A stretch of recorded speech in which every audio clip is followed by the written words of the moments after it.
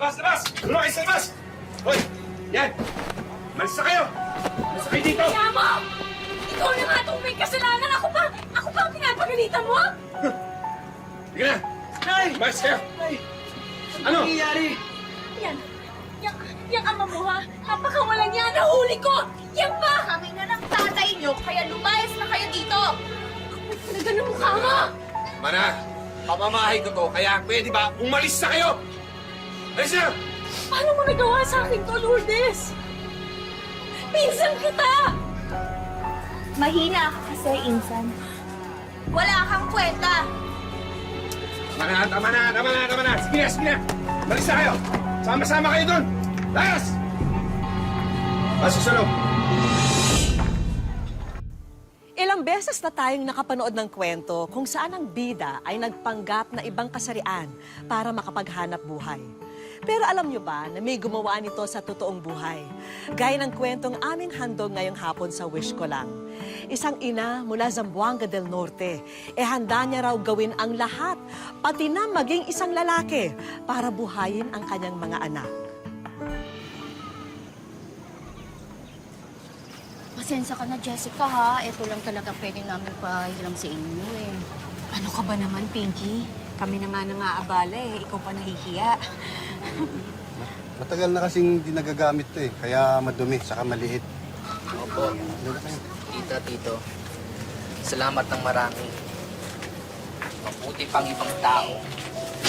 Malasakit sa amin. Sarili naming tatay. Anak, masamang tao ang tatay mo. Pero tatay mo pa rin yun. Hindi ko na siya tatay! Pasensya na kayo, ha? Ano ka ba, Jessica? Pinagtatanggol mo pa ang sawa mong adik. Nung nagsabog ng kasamaan ng demonyo, sinalo niya ang lahat. Hindi naman sa ganon. Hindi ko siya pinagtatanggol. Kaya lang, ayoko lang mamuo yung galit ng anak ko sa kanya. Makakasama sa kanya yun eh. Kung sa bagay, ano nga ba balak mo ngayon? Ito nga eh. May natira pa akong pera. Siguro gagamitin ko na lang siyang pangpuhunan sa lutong ititinda ko. Sige, pahiramin ka namin ng mga kaserola at lutuan ko. Pwede ka rin magtinda sa construction site ng tanghalian. Talaga ho? Oo naman, foreman ako dun eh. Ano? Salamat. Salamat. Anak, ano nang pwede naman ng tawad?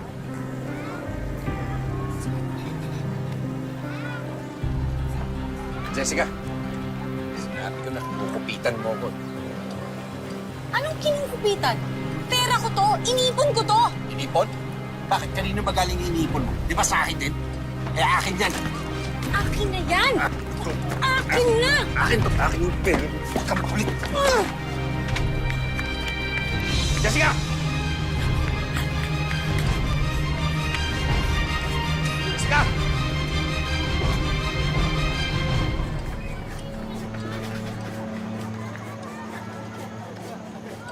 Ako, Pinky, salamat talaga sa pagtulong mo sa akin, ha? Okay lang. May kailangan Oh, mahal. kasi ako kunin kay Jerry. Kamatakot, ha? Hindi ka bubuloy ni Galo dito. Dali na lang ha, malapit na ang lunch break. Ay, naku. Okay lang po. Maraming salamat talaga, ha? Malaking tulong tong pagtitinda ko dito. Dayon, dito ka muna, may kukunin lang kami sa loob. Sige, ha.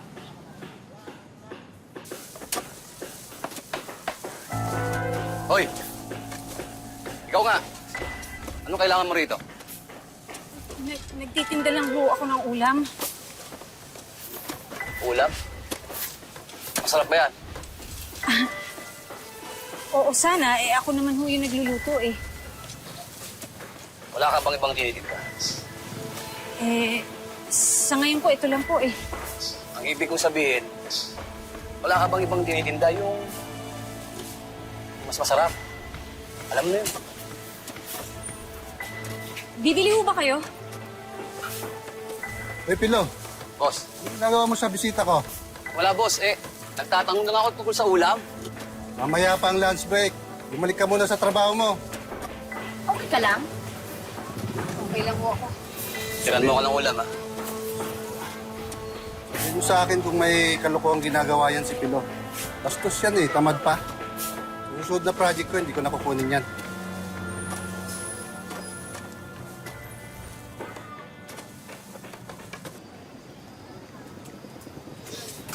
Pasensya na mga anak, ha?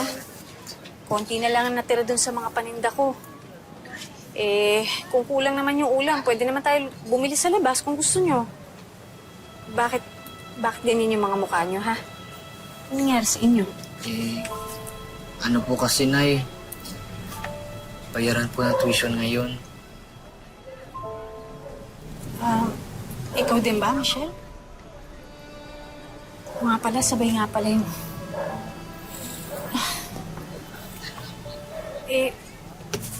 Sige, gagawa na lang ako ng paraan. Nay, hindi pwedeng galing sa puhunan nyo. Paano yung pagtitinda nyo? Huwag mo ko isipin. Ako nang bahala. Akong gagawa ng paraan. Malay mo, makabenta naman ako sa ibang lugar.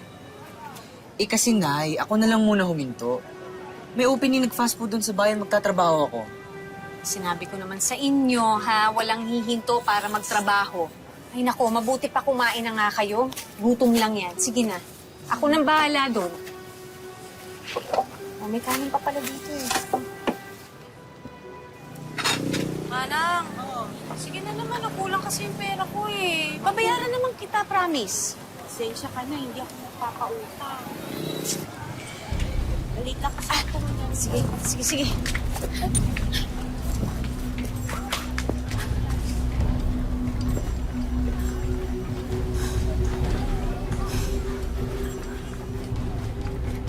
Desperado na si Jessica. Hindi niya alam kung paano masosolusyonan ang kanyang mga problema. Ikaw talaga, Jessica. Ang bigat na nga ng problema mo. Nakakapag-joke ka pa. Hindi ako nagbibiro. Uy, Mahal. Mabuti naman. Mahal, nakauwi ka na. bakit? Miss mo na ako? Siyempre naman. Pero may ipapasok akong trabahador sa'yo. Bakit biglaan naman yan? Sino ba yung papasok mo? Hindi mo siya makikilala. Dapat ko ba siya makilala? Kahit ano gagawin ko doon. Seryoso ka nga? Hindi to joke? Hindi ko na kasi alam ang gagawin ko eh. Wala na kaming pera. Paano yung mga bata? Kaya kahit ano gagawin ko, makapagtrabaho lang ako. Ano ka ba, Jess? Kakawawain ka lang doon at pag-iinitan ka ng mga tao ni Jerry. Kung hindi nila malaman na babae ako,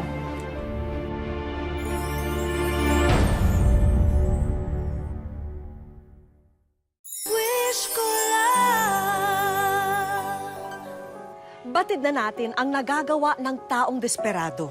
Ang tila imposibleng mga bagay ay pilit na kinakaya, lalo na kung para ito sa mga mahal sa buhay. Gaya ni Jessica na biglang naging si Jessie.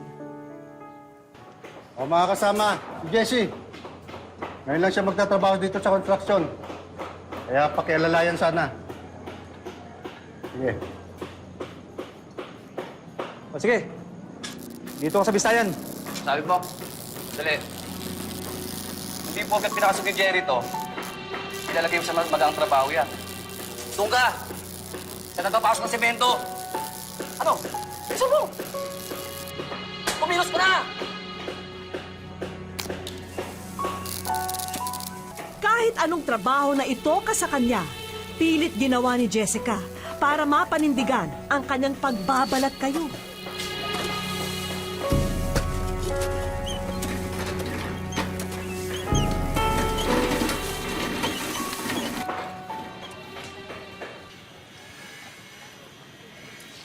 Uy, ang bagal yung ulam mo ah. Luto ni Mrs. Mrs. ko, di mo rin magluto eh. Kaya yun, bibili ko sa labas. Ako din, hindi na kasi bumalik yung nagtitinda dito eh. Yung Jessica ba yun? Bakit? Sabi mismo. Oy, tandaan nyo to ha. Sa akin yun. Yung gagalawin yun ha. Sa'yo na? Hirap sa inyo, wala kayong bilig sa akin eh. Alam mo, totoo niyan? Nag-date na kami noon. Pero huwag kayong maingay. Kasi, kaibigan ni Boss Jerry yun. Iwala mo ako sa'yo. Maniwala kayo sa hindi, totoo yun. Alam mo ba? Ha? Natsasyang ko na yun eh. Ang galing nga umalik eh. Parang parot.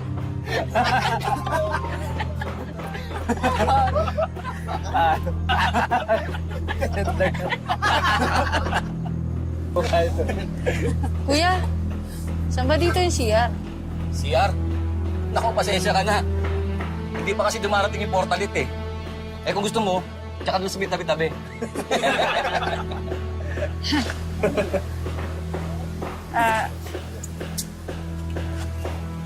Pader? Huwag mo sabihin hindi ka sanay umihi sa pader. Gaganong ka lang mo. Marunong naman, syempre. O, tumira ka na doon. Wala to eh.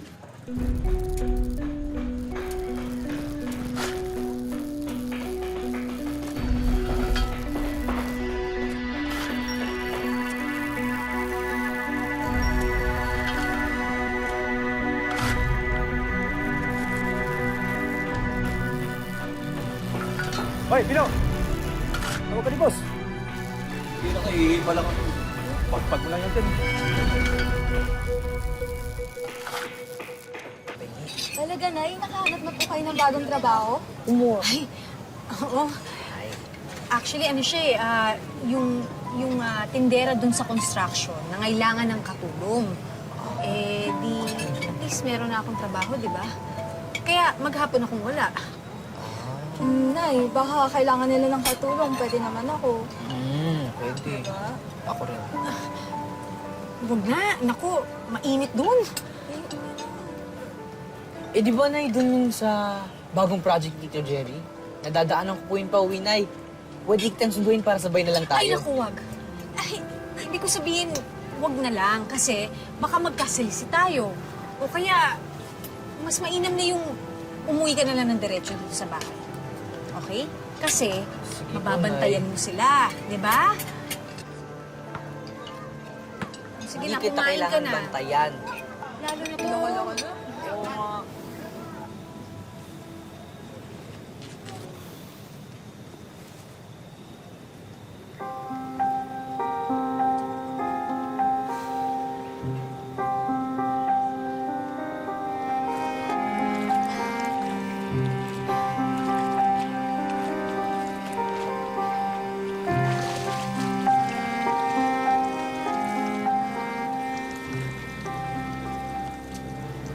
Kuya, nakita ko po si nanay kagabi.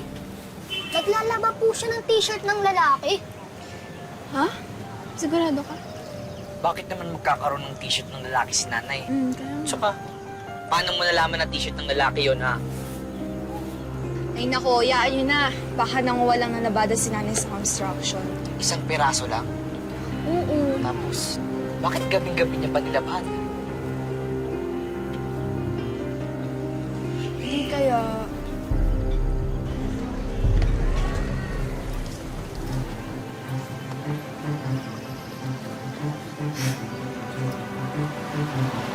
Jessica!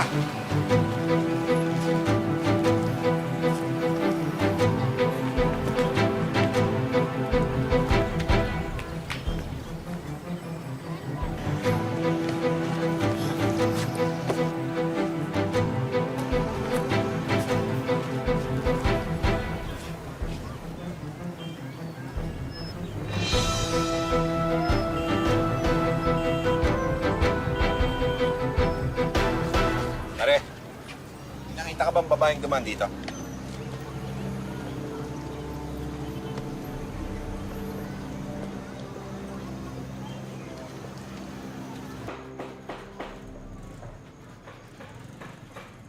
Pare, bakit ba lagi mo yung tamuli sa akin ni Pido? Ganyan talaga yun. Lalo sa mga baguhan dito. Lalo ka na. Pinasok ka na Jerry. Ubus natin, di ba? Ha? Ano naman kanalaman ko dun? Gusto kasi maging foreman yun si Pilo. Kaya may tandugo niya kay Boss Jerry. At sa lahat ng mga pinasok niya dito. Salamat sa warning, pare. Iwasan ko na lang siguro siya. Pumasok lang naman ako dito para trabaho. Hindi naman para makapag-away.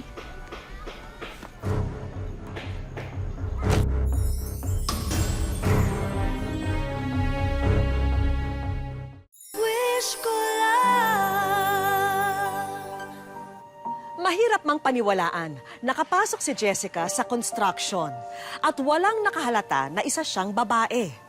Ngunit hindi rito natatapos ang kanyang paghihirap. Ang totoo, yun pa lang ang simula ng kanyang kalbaryo.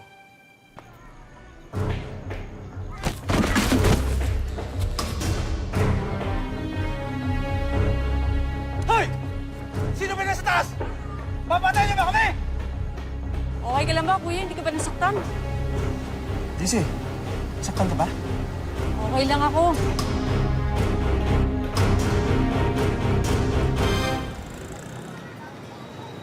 O ano? Ano mo na? Sige ba? Dalawang bote lang. Dalawang bote lang? O, JC, sama ka. Susunod na lang ho ako. Hihintay din ako ng pamilya ko sa bahay. Wow, ngayon na lang ulit tayo makakatikim nito na ya. Eh, nailingguhan po pala yung sweldo nyo. Sa gusto ng boss ko na lingguhan, ano ba magagawa ko? Nay, wala po ba kayong pasok bukas? Bukas, wala kasing construction bukas kaya wala din akong pasok. Wala kayong lakad. Alam niyo na kapag walang pasok, pahinga, ganyan. Mga ganun. Bukas maglalaba ako Maglalaba ka! Ng mga uniforms natin, syempre, di ba, Nay? Uniforms. Kain na po tayo. Kain na po tayo. Bilisan nyo! Yung halos sa taas, matutuyo na yun doon. Bilisan nyo! Maghapon na oh. Kuya, excuse me po. Nandito po ba si Jessica? Nanay ko po siya. Jessica?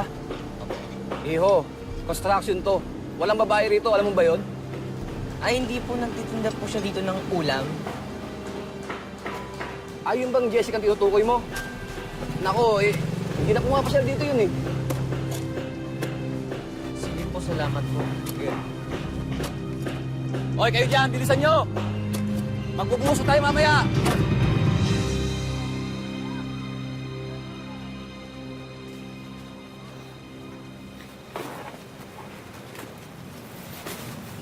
Kumusta naman kayo? Kumusta yung eskwela?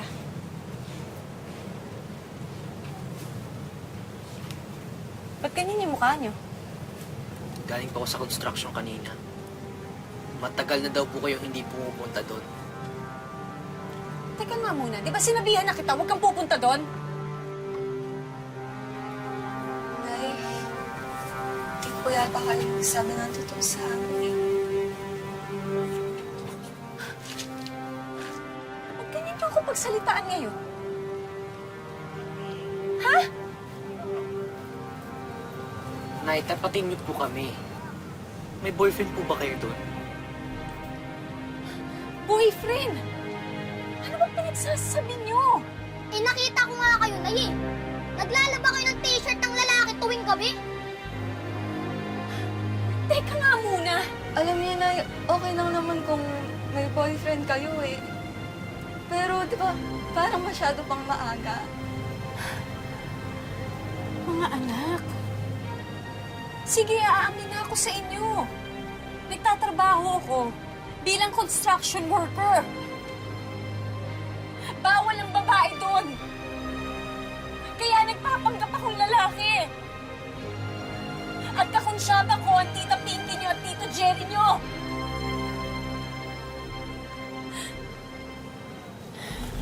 Ay! Puro paltos po yung kamay niyo.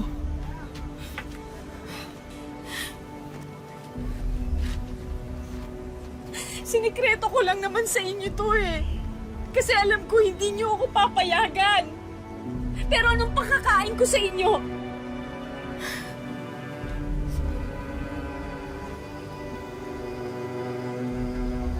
Alam niyo naman na hindi ko kayo pababayaan.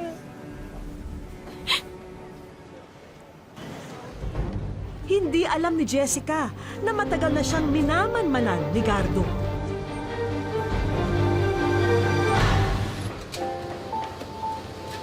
Pero naging magaan naman ang kanyang pagtatrabaho lalo pat naamin na niya sa kanyang mga anak ang totoo. At kasundo na rin niya ang ilang katrabaho sa construction.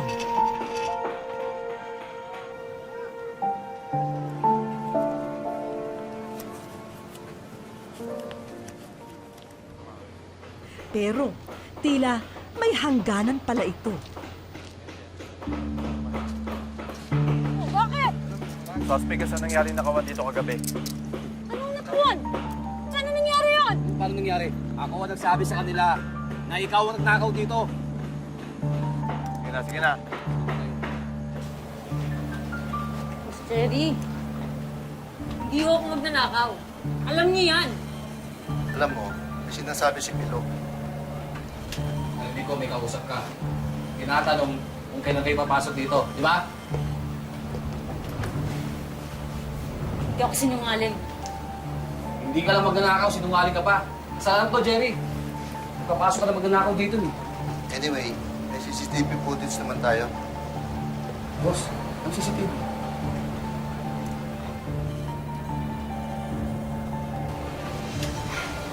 Hindi pwede na isa ako sa mga lalaking nakugad sa CCTV.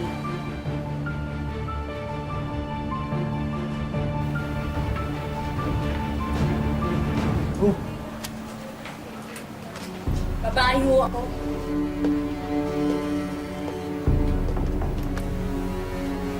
Ikaw yung Pino ah. Kailangan mo sa amin sumama sa presinto. Halika na. Hindi ako yan, sir. Kami hindi ikaw yan. Ayun na ebidensya oh. Boss, hindi ako yan.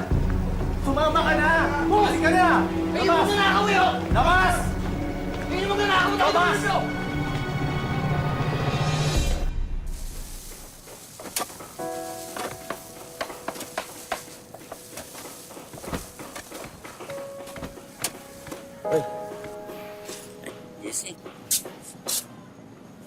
Sorry sa inyong lahat, ha. Alam ko, galit kayo sa akin.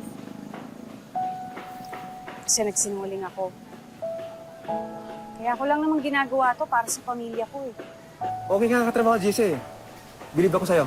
Salamat. Okay naman pala sa kanila eh. Hindi mo na kailangang umalis. Jerry, sorry, ha. Nangako din ako sa mga anak ko na kapag nakaipon na ako dito, para sa ipupuhunan ko sa pagtitinda, titigil na rin ako. Jessica! Akala mo, hindi ko matutuntun kung saan ka nagtatatago, ha? Sino to? Asawa ni Jessica. Yung nanggugulpi sa kanya, saka sa mga anak niya. Jessica, pasok ka na. Kami na bahala rito. Sandali, wala akong atraso. Pasok na, sir. Jessica, Sama. pasok muna tayo. Dito. Malis ka Puno ka na. lang dito, sir eh. Malis ka na. Dali! Na, maggugulo ka dito eh. Sige na. Jessica! Mag-usap muna tayo, dali!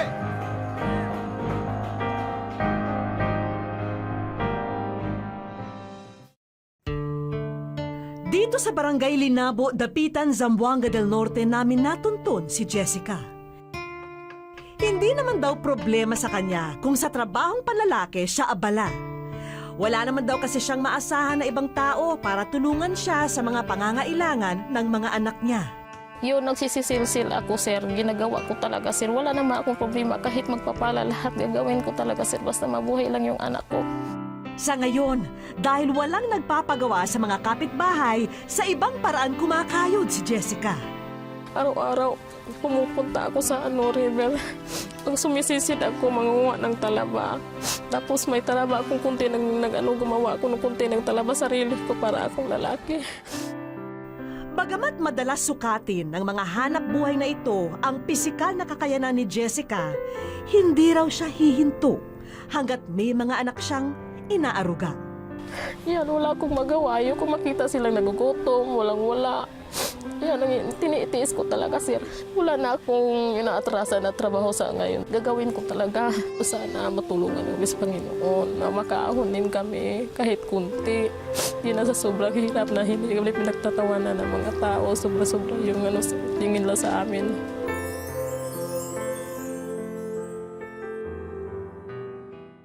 Wish ko lang.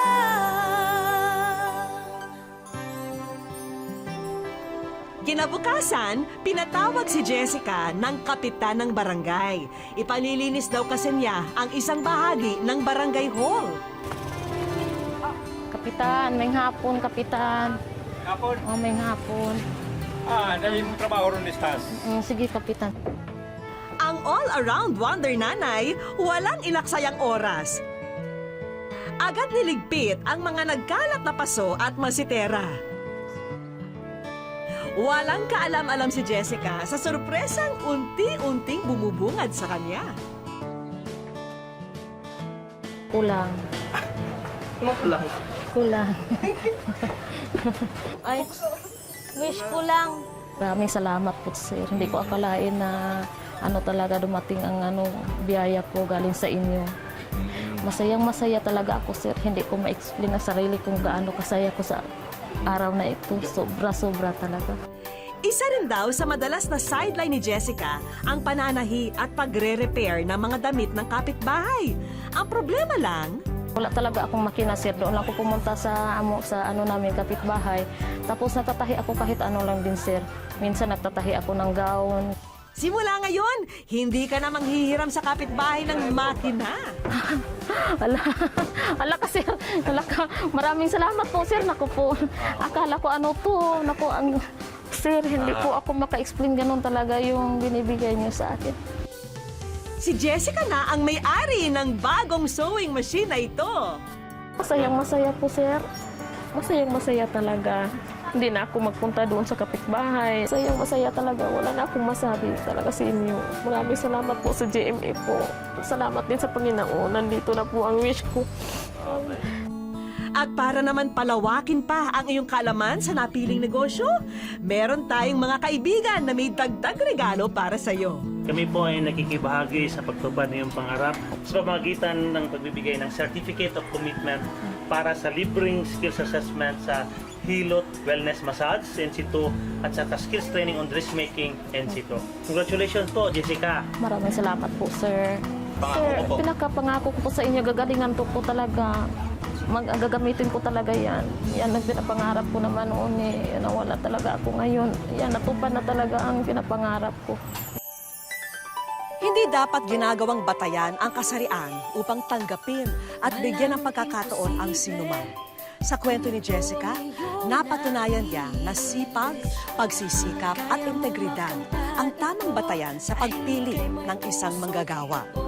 Salamat po sa inyong patuloy na pagsubaybay sa aming mga kapuso. Hanggang sa muli, ako po si Vicky Morales at ito po ang Wish Ko Lang.